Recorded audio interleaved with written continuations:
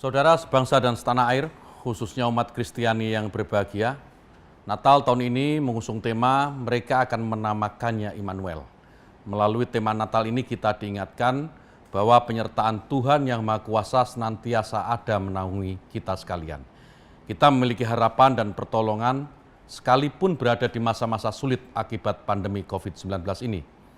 Sebagaimana Yesus Kristus yang lahir sebagai pengajar kebaikan, kesederhanaan dan sosok yang memberi perhatian kepada kaum lemah, serta cinta kasih kepada sesama.